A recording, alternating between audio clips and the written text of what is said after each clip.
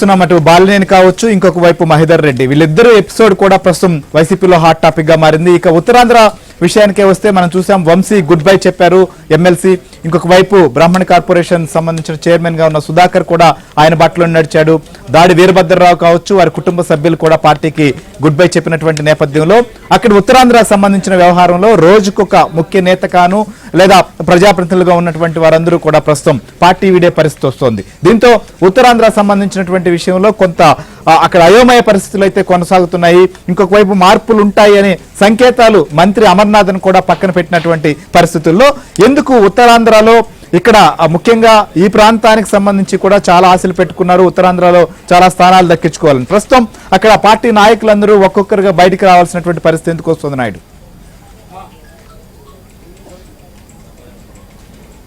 రాష్ట్రంలో ఏదైనా వైసీపీ నుంచి ఆరంభం ఏవైతే ఉన్నాయో అంటే వలసలు ఉత్తరాంధ్ర నుంచే ప్రారంభమని చెప్పాలి. ఎందుకంటే ఆరంభంలో గతంలో ఇక్కడ పంచకర్ల రమేష్ బాబు మొదట ఇక్కడ నుంచి పార్టీ నుంచి వేయడం జరిగింది, జనసేనలో జాయిన్ అయిన ఆయన పూర్తి స్థాయిలో ఇక్కడ ఉత్తరాంధ్ర ఏదైతే విశాఖ జిల్లాకు సంబంధించి పార్టీ అధ్యక్షుడిగా పనిచేశాడు. ఆయన బయటికి వెళ్ళి జనసేనలో చేరినటువంటి పరిస్థితి.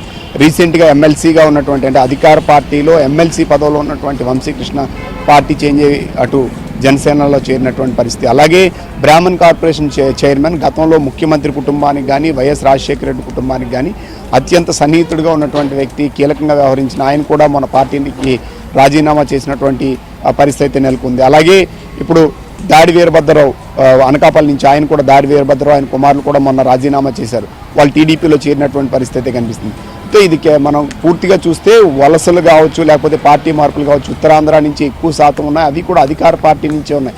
సో ఇవన్నీ చూస్తే ఖచ్చితంగా అధికార పార్టీలో ఇప్పుడు భయం పుట్టుకుంది, నెక్స్ట్ ఎవరు వెళ్తారు ఏమవుతుంది అనే ఒక భయం అయితే ఉత్తరాంధ్రలో నెలకొని ఉంది. ఇప్పుడు ప్రస్తుతం ఒక 20 మంది వరకు కార్పొరేటర్లు కూడా పార్టీ మారుతారనేది ఊహాగానాలు మారుతున్నటువంటి పరిస్థితి. ఎందుకంటే గతంలో ఇండిపెండెంట్గా ఉన్నటువంటి కొంతమంది కార్పొరేటర్లు వాళ్ళు పార్టీకి ఏదైతే వైసీపీ పార్టీలోకి వెళ్ళి వైసీపీ నుంచి పూర్తిగా వాళ్ళు మారిపోయి జనసేనలో కొంతమంది చేరినటువంటి పరిస్థితి.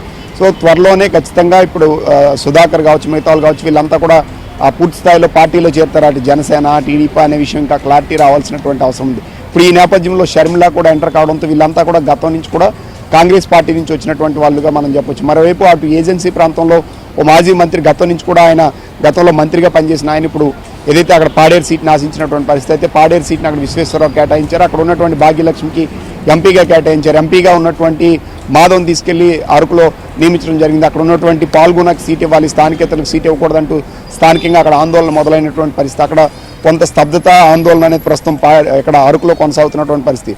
ఇటు పాడేరులో ఉన్నటువంటి మాజీ మంత్రి కూడా త్వరలోనే, ఎందుకంటే ఇప్పుడు షర్మిల ఆల్రెడీ ఆ పార్టీ పగ్గాలు చేపట్టిన తర్వాత వీళ్ళంతా కూడా, అలాగే ఇక్కడ ఉన్నటువంటి కొంతాల వీళ్ళంతా కూడా ఏదైతే పాత కాంగ్రెస్ టీం ఉందో వీళ్ళంతా కూడా ఇప్పుడు పూర్తి స్థాయిలో కాంగ్రెస్ షిఫ్ట్ అయ్యేటువంటి ప్రయత్నం చేస్తున్నారు. మరోవైపు ఇక్కడ ఉన్నటువంటి మల్ల విజయప్రసాద్ ఆల్రెడీ గతంలో ఇక్కడ ఏదైతే పశ్చిమ నియోజకవర్గం నుంచి ఆయన పోటీ చేసినటువంటి కొన్నాళ్ళుగా ఆయన స్తబ్దతగానే ఉన్నారు.